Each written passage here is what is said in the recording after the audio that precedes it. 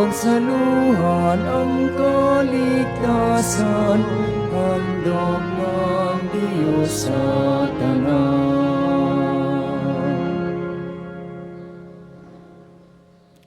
Sa ngalan ng Ama, ng Anak at ng Espiritu Santo. Amen. Ang pagpapala ng ating Panginoong Hesukristo, ang pag-ibig ng Diyos Ama, at ang pagkikipag-isa ng Espiritu Santo naway sumainyong lahat. At sumainyo rin. Magandang umaga po sa ating lahat Magandang umaga rin po, Father. at welcome po sa ating banal na misa. Mga kapatid, aminin natin ang ating mga kasalanan upang tayo'y maging marapat, gumanap at banal sa pagdiriwang.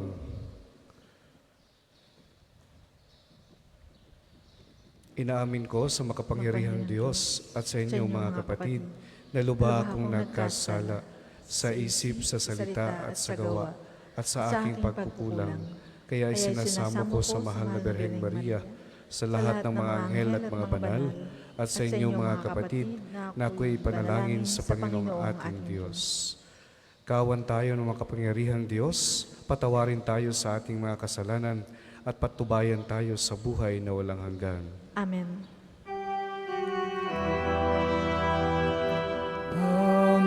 Panginoon, kaawaan mo kami. Panginoon, kaawaan mo kami. Kristo, kaawaan mo kami. Kristo, kaawaan mo kami. Panginoon, kaawaan mo kami.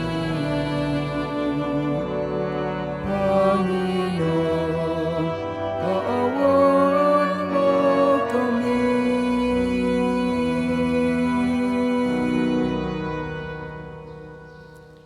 Manalangin tayo. Ama naming makapangyarihan, inaatas mo sa Obispong si San Ireneo ang pagpapatatag sa katotohanan ng iyong itinuro at sa masayang pagkakasundo ng iyong simbahan, ipagkaloob mo bilang tugon sa kanyang pagdalangin na kami dinudulutan mo ng pagbabago, bunga ng pananalig at pag-ibig ay maging laging masigasig sa pagpapaunlad ng pagkakaisa at pagkakasundo sa pamamagitan ni Hesukristo kasama ng Espiritu Santo magpa sa walang hanggan. Amen.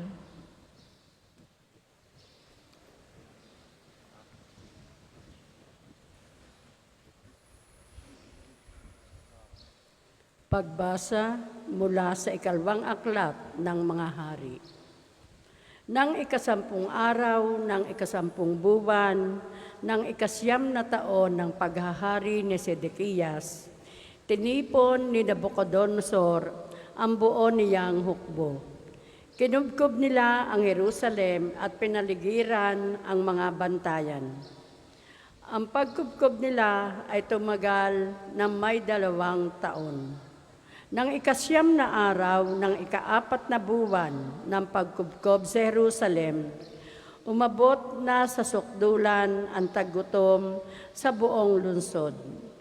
Noon nabutas ang isang bahagi ng pader ng lungsod. Nang makita ito ni Haring Sedekias, kinagabihan ay tumakas siyang patungong Araba, kasama ang kanyang mga kawan. Doon sila dumaan sa pintuan ng 2 pader, malapit sa hardin ng palasyo. Ngunit ang lungsod ay naliligid ng mga Kaldeyo.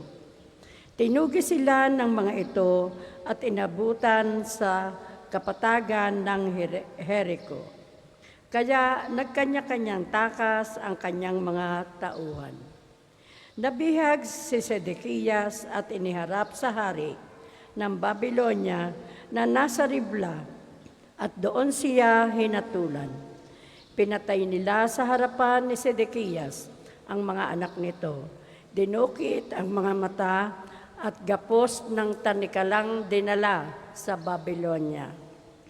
Nang ikapitong araw ng ikalimang buwan ng ikalabing-siyam na taon ng paghahari ni Nabucodonosor, pinasok ni Nebuzaradan ang Jerusalem, kapitan ng kanyang mga tanod. Sinunog niya ang templo, ang palasyo at ang lahat ng bagay doon. Wala siyang itinira. Ang mga pader ng lungsod ay giniba naman ng mga kawal na kasama ni Nebuzaradan.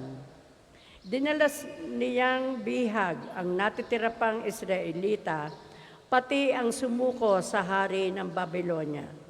Ang iniwan lamang niya roon ay ang ilang mahihirap upang magbungkal ng lupa at mag-alaga ng mga ubasan.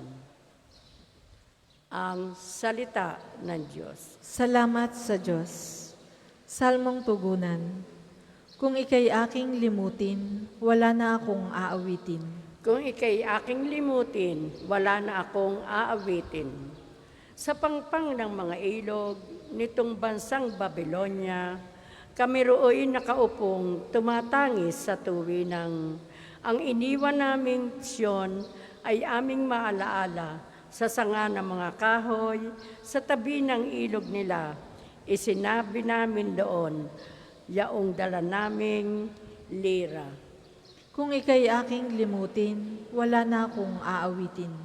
Sa amin ay iniutos, nang sa amin ay lumupig, na aliwin namin sila ng matamis naming tinig. Tungkol sa Siyon, yaong paksa niyong nais nilang awit. Kung ika'y aking limutin, wala na akong aawitin. Paano namin aawitin ang awit ng Panginoon, samantalang bihag kaming nangingibang bayan noon? Ayaw ko nang ang lira, ko'y hawakan pa at tugtugin, kung ang bunga sa pagtugtog, limutin ang Jerusalem. Kung ika'y aking limutin, wala na akong aawitin. Di na ako aawit pa, kung ang lundong sasapitin, sa isip ko't alaala, ika'y ganap na limutin. Kung ang kaligayahan mo ay hindi ko hahangarin. Kung ika'y aking limutin, wala na akong aawitin. Magsitayo po ang lahat.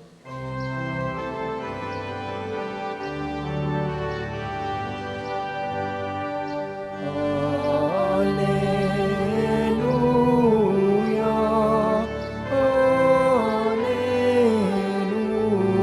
alleluia, alleluia, alleluia. Inako ni Jesucristo ang sakit ng mga tao upang matubos niya tayo. Alleluia, alleluia,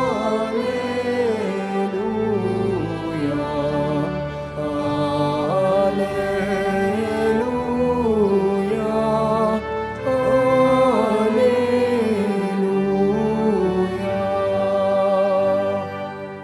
Sumainyo ang Panginoon. At sumainyo rin. Ang mabuting balita ng Panginoon ayon kay San Mateo. Papuri sa iyo, Panginoon. Nang makababa si Jesus mula sa bundok, sinundan siya ng napakaraming tao. Lumapit sa kanya ang isang kitongin at lumuhod sa harapan niya. Ginoo, ang wika niya, kung ibig po ninyo ako'y inyong mapapagaling. Hinipo siya ni Jesus at sinabi, ibig ko, gumaling ka. At pagkadakay nawala ang kanyang ketong. Huwag mo itong sasabihin kanino man, bili ni Jesus. Pumunta ka't pasuri sa saserdote. Pagkatapos, maghandog ka ng haing inuutos ni Moises bilang patotoo sa mga tao na magaling ka na. Mga kapatid, ang mabuting balita ng Panginoon. Pinupuri ka namin, Panginoong Heso Kristo. Magandang umaga po sa ating lahat. Magandang umaga rin po, Father. What are the things in our lives na nais nating alisin ng Diyos sa atin? Are we willing to sacrifice and abandon ourselves to God? Or are we rely or to entrust everything to God, especially all our weaknesses? Sa ating ebanghelyo, nakatagpo tayo ng isang makapangyarihang salaysay na nagpapakita ng walang hanggan habag ng Diyos na Jesus at ang nakapagpababagong kapangyarihan ng pananampalataya. Panginoon, kung ibig mo, maaari mo akong linisin. Wika ng Kitongin.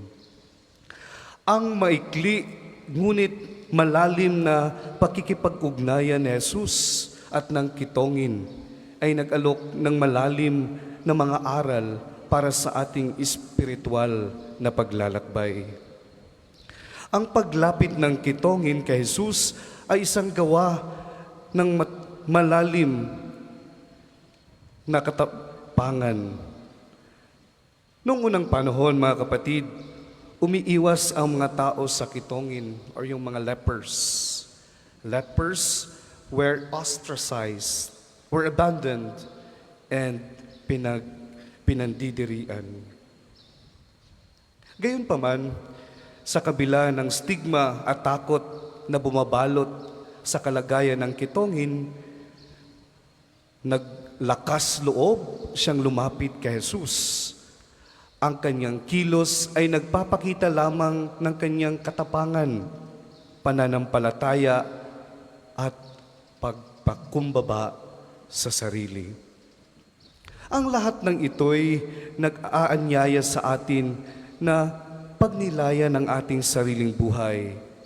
How much of the time we humble ourselves to ask from the help of others, especially from God. This is not only the measure of our courage to face the repercussions, but our humility to ask the help from God. Bakit? Kasi natatakot tayo husgahan. Natatakot tayo na katulad ng Kitongin ay iiwasan tayo ng mga tao. Iiwasan tayo ng mga tao na tinuring nating comfort zones. The imagery of Jesus extending his hand to the leper is that God is always waiting for us to entrust everything to Him without any judgment. Remember, God is faithful to us and to His promise that He will not let us go, most especially when He knows that we are not yet totally healed. At remember, walang hindi kayang abutin ang Diyos sa ngalan ng pag-ibig. Kaya, with open heart, God extending His hands sa taong gustong nais bumalik sa Kanya. Kahit gaano man ito kadami, kahit gaano man ito kalaki at kadumi ang ating mga kasalanan, na siyang nagpapadumi sa harap ng Diyos, ito'y isang patak lamang sa lawak ng kanyang habag at awa na sinlawak ng karagatan. Kaya sa ating pang-araw-araw na buhay, tayo ay tinatawag na tularan ang buhay na ito. Napapaligiran tayo ng maraming mga makasalanang tao na pareho din sa atin. Ngunit, hinahamon tayo na katulad ni Kristo, ipakita natin at ipanaman natin sa ibang tao. At ito ay nagpapaalala sa atin na ang tunay na disipulo ng Diyos ay kinabibilangan ng pagtugon at pagtingin sa mga pangangailangan ng iba ng may pusong puno ng pagmamahal. Amen.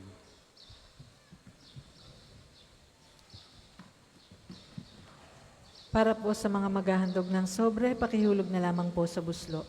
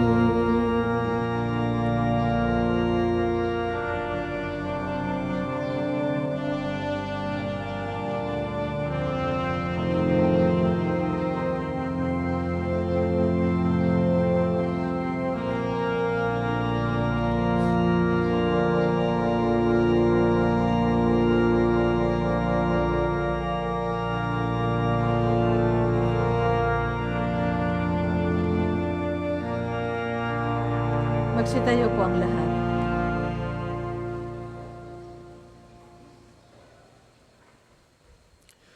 Manalangin kayo mga kapatid upang ang paghahain natin ay kalugdan ng Diyos amang makapangyarihan. Tanggapin nawa ng Panginoon itong paghahain sa iyong mga kamay, sa kapurihan niya at karangalan, sa ating kapakinabangan at sa buong sambayanan niyang banal. Ama naming lumikha, iyo nawang ikarangal ang paghahain ito.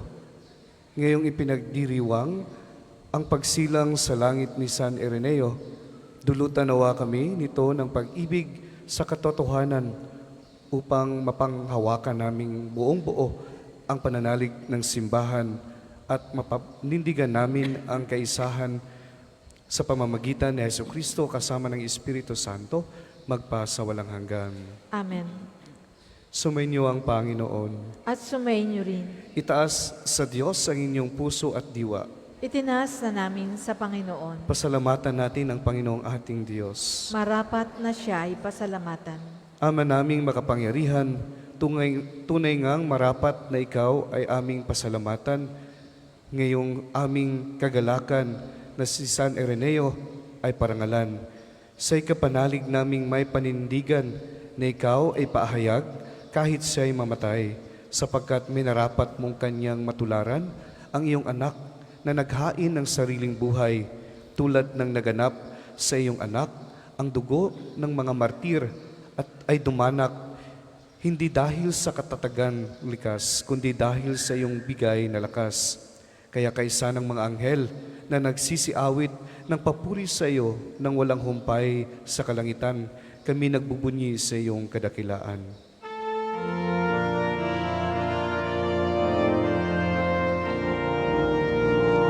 Santo, Santo, Santo, Panginoong Diyos ng mga hukbo, napupuno ang langit at lupa ng kadakilaan mo. Hosana, Hosana, sa kaitaasan, pinagpala na paririto sa ngalan ng Panginoon. Hosana, Hosana.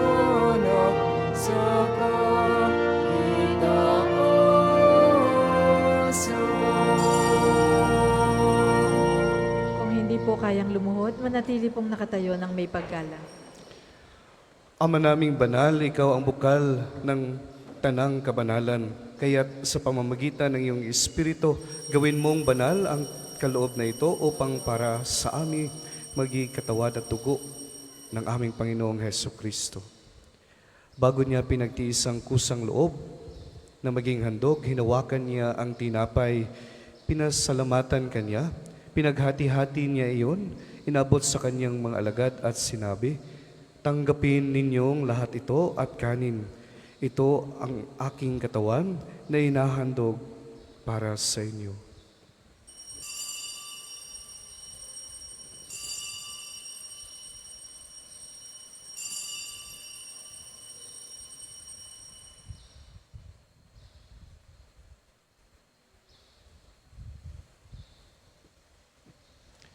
Gayun din naman, nung matapos ang hapunan, hinawakan niya ang kalis. Muli kanyang pinasalamatan, inabot niya ang kalis sa kanyang mga alagad at sinabi, "Tanggapin ninyong lahat ito at inumin. Ito ang kalis ng aking dugo, ng bago at walang hanggang tipan.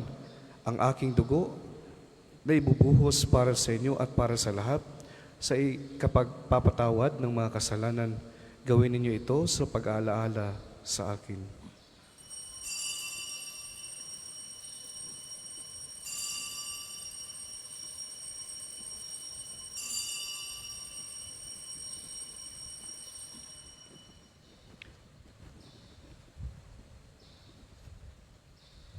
Pabunyi natin ang misteryo ng pananampalataya.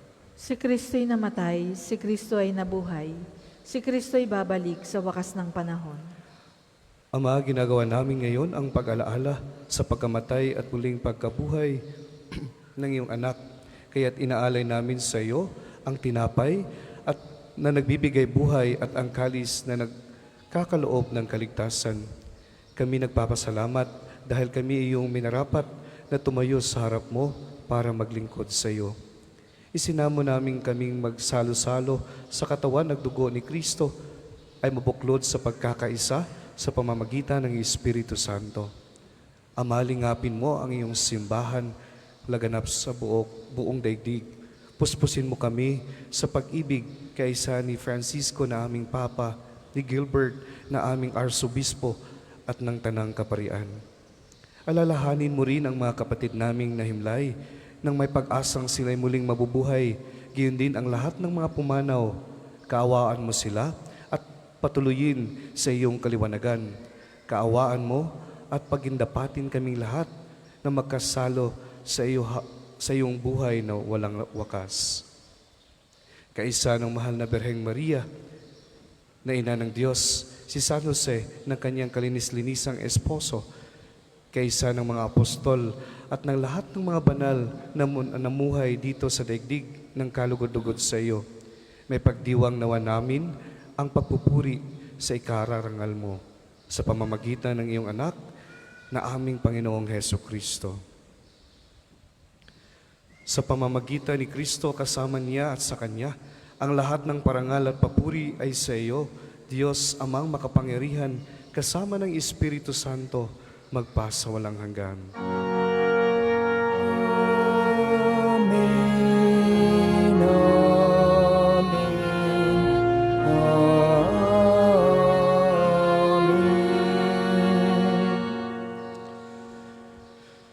Sa tagubilin ng mga nakagagaling na utos at turo ni Jesus na Panginoon natin at Diyos, ipahayag natin ang ating lakas loob.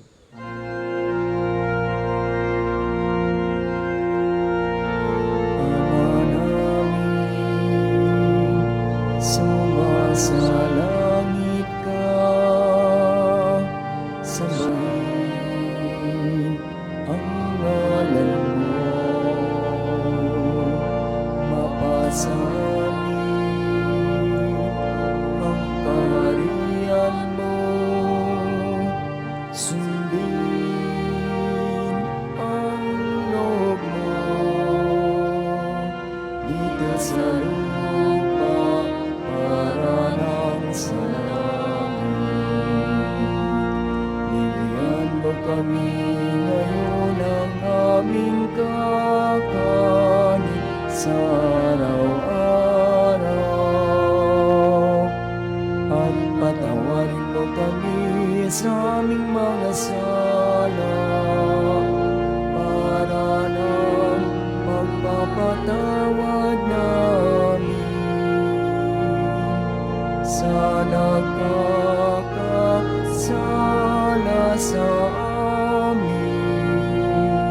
At huwag mo kaming ipahintulot sa tukso, at iadya mo kami sa lahat ng masama.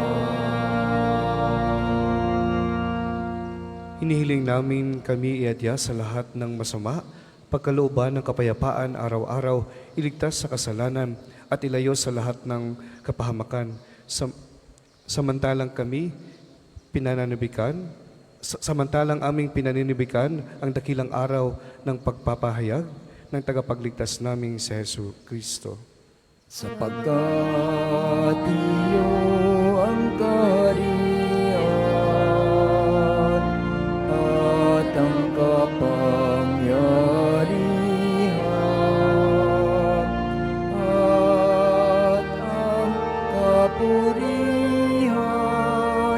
magpakailanman. Amen. Panginoong Hesu Kristo, sinabi mo sa iyong mga apostol, kaya kapayapaan ang iiniwan ko sa inyo, ang aking kapayapaan ang ibibigay ko sa inyo. Tunghayan mo ang aming pananampalataya at huwag ang aming pagkakasala. Pagkalooban mo kami ng kapayapaan at pagkakaisa ayon sa iyong kalooban, kasama ng Espiritu Santo, magpa sa walang hanggan. Amen. Ang kapayapaan ng Panginoon ay laging sumainyo. At sumayin niyo rin. Magbigayan kayo ng kapayapaan sa isa't isa.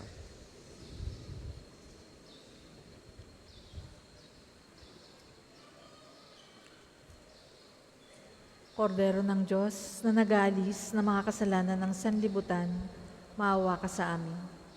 Kordero ng Diyos na nag-aalis ng mga kasalanan ng sanlibutan, maawa ka sa amin.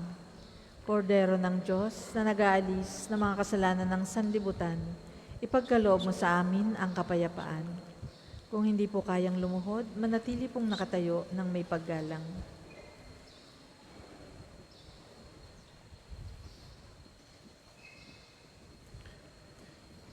Ito ang kordero ng Diyos, ito ang nag-aalis ng kasalanan ng sanlibutan. Mapalad ang mga inayayahan sa kanyang piging. Panginoon, hindi ako karapat-dapat na magpatuloy sa iyo, ngunit sa isang salita mo lamang ay gagaling na ako.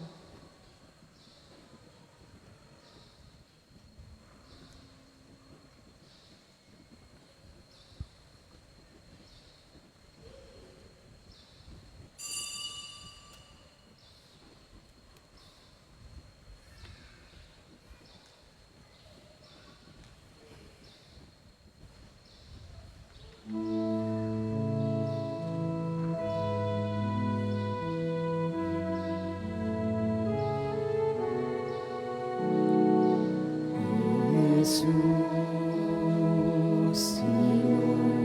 inumin mo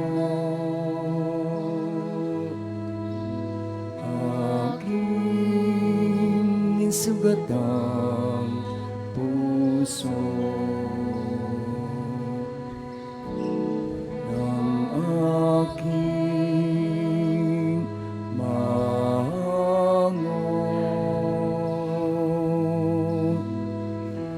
kapwa ko kasing bigo,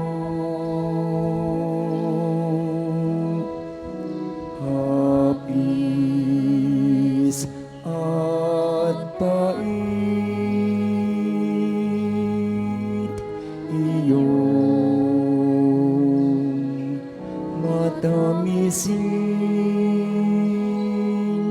at hagkam ang sakit, ang magningasang rikit.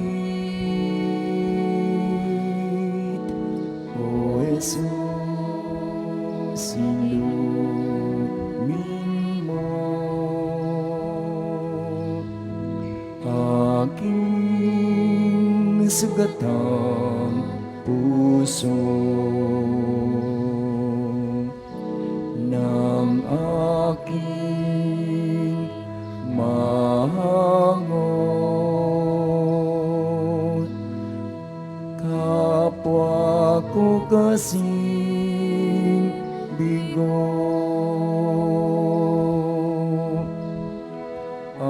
aking sugatan, diwa't katawan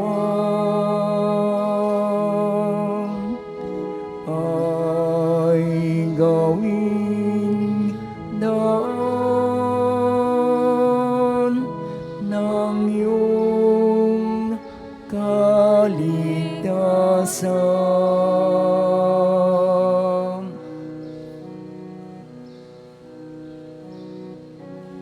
Ang second collection po ay para sa patuloy na pagpapaunlad ng parokya at pambansang dambana ni Santo Padre Pio at para sa mga pangangailangan ng matatanda at may sakit na mga pari ng Archdiocese ng Lipa. Salamat po sa inyong mga handog.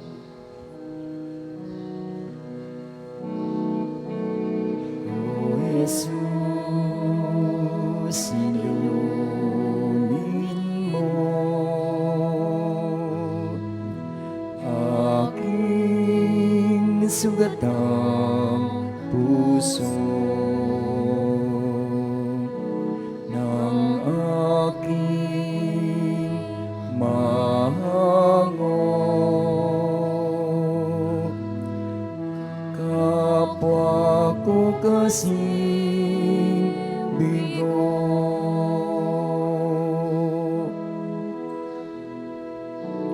O Jesus, ilumin mo aking sugatang puso ng aking mahangot. Kapwa ko kasing bigo,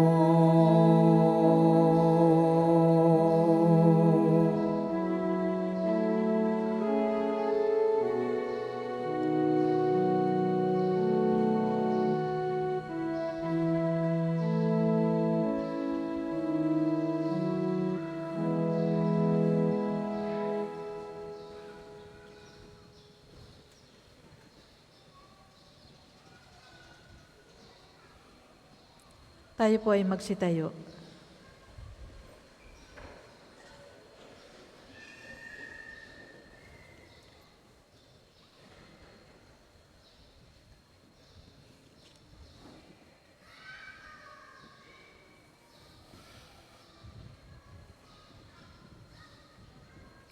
Manalangin tayo.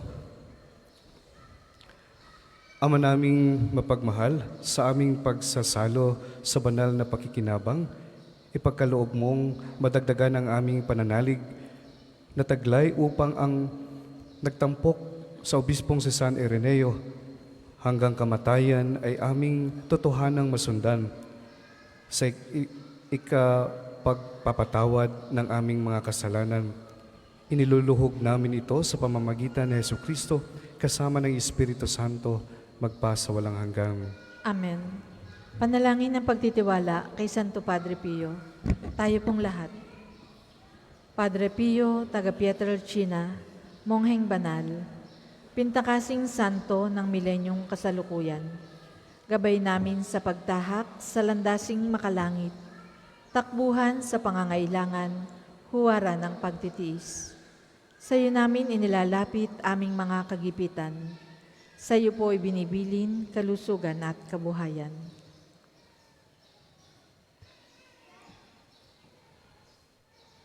Di man karapat-dapat, kami po ay pagbigyan, bendisyonan at basbasan, maging ganap sa buhay. Lumayo nawa kami umiwas sa kasalanan, Lumapit lagi sa Diyos, maging matatag at matibay. Sa mabuting balita ng pagliligtas, turuan mo kami nawa. Sa tuwina ay makinig, magnilay at sumampalataya. Amin pong pakiusap itong mga kahilingan. Puso ay nagsisisi, nagtitikang taimtiman. Di na muling magkasala, sunod lagi sa Diyos Amang, kaysa ng Espiritu at ni Jesus na tagapamagitan. Amen. Magsiupo muna po ang lahat para sa mga patalastas. Una, sa inyong pagdalaw sa pambansang dambana, mangyaring pakaingatan ng inyong mga personal na gamit. Hangad namin ang isang matiwasay at maayos na pagbisita sa National Shrine. Ikalawa, sa paligid po ng simbahan ay may makikita kayong QR code. Pakiscan po at pakilagay ng hinihinging detalye na tulong sa pagsasayos ng mga datos ng mga pilgrims and devotees na bumibisita dito. Asahan po ninyong sa pamamagitan ng batas ng Data Privacy Act ng 2012 ay iingatan namin ang inyong mga private information. Ang inyong suporta ay malaking tulong sa pagtatagumpay ng proyektong ito. Ikatlo, sa darating na August 31 ay magkakaroon ng kumpilang pangparokya dito sa pambansang dambana. Para po sa may mga edad na 12 pataas na nagnanais magpakumpil, kayo po'y magpalista na sa opisina ng parokya hanggang ika-9 ng Agosto lamang. Ang susunod pong misa ay sa ganap na ika-10 ng umaga. Maraming salamat po at mangyaring panatilihin natin ang kalinisan, katahimikan at diwa ng pananalangin sa loob at labas ng ating simbahan. Magsitayo na po ang lahat para sa pagbabasbas ng mga religious articles. Mga kapatid, manalangin tayo sa Diyos, amang makapangyarihan, upang tayo ay maging kawangis ni Kristo sa taimtim na pagdalangin na sa tulong ng mga larawan at mga dasalan. O Panginoong Diyos, Ikaw ang bukal ng lahat ng pagpapala at biyaya. Ibuhos mo ang iyong bendisyon sa mga gamit na ito, sa pananalangin, mga rosaryo, imahin, dasalan, na nagpapaalala ng iyong kabutihan, kabanalan, at pagmamahal sa amin, upang ang lahat ng dumulog at magdasal gamit ang mga ito ay magtamo ng iyong awa at biyaya. Lubin mong tularan nila ang kabanalan at aral ng Panginoon at ng mga santo, magpasawalang hanggang. Amen. Amen. Ama namin, sumasalangit ka, sambahin ang ngalan mo. Mapasa amin ang kaharian mo. Sundin ang loob mo dito sa lupa para nang sa langit. Bigyan mo kami ngayon ng aming kakanin sa araw-araw at patawarin mo kami sa aming mga sala para nang pagpapatawad namin sa nagkakasala sa amin. At huwag mo kaming ipahintulot sa tukso at iadya mo kami sa lahat ng masama. Amen. Aba, Ginoong Maria, napupuno ka ng grasya. Ang Panginoong Diyos ay sumasa iyo. Bukod diyang pinagpala sa babaeng lahat, at pinagpala naman ang iyong anak na si Jesus. Santa Maria, Ina ng Diyos, ipanalangin mo kaming makasalanan, ngayon at kung kami mamamatay. Amen. Aba, Ginoong Maria, napupuno ka ng grasya. Ang Panginoong Diyos ay sumasa iyo.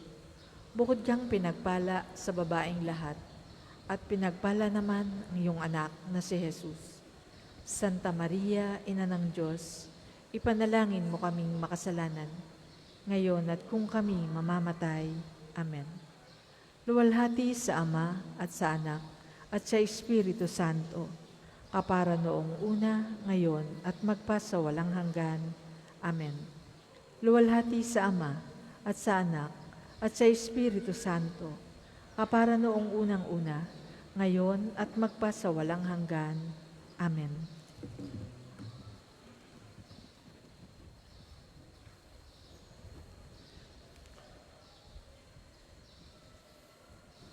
Maraming pong salamat sa pagdalo ninyo dito sa pagdiriwang ng banal na misa. Ako nga pala po si Father Marjun, Order of Carmelites, na naka-assign sa Ormoc City. So naimbitahan lang po ako dito na magmisa dito sa Padre Pio Shrine. Sumainyo ang Panginoon At sumainyo rin. at pagpalain kayo ng makapangyarihang Diyos, Ama at ng Anak at ng Espiritu Santo. Amen. Humayo kayong taglay ang kapayapaan upang ang Panginoon ay mahalin at paglingkuran. Salamat sa Diyos. Good morning, everyone. At ipahayag kanyang pagkaling at habag, isang buhay pag-ibig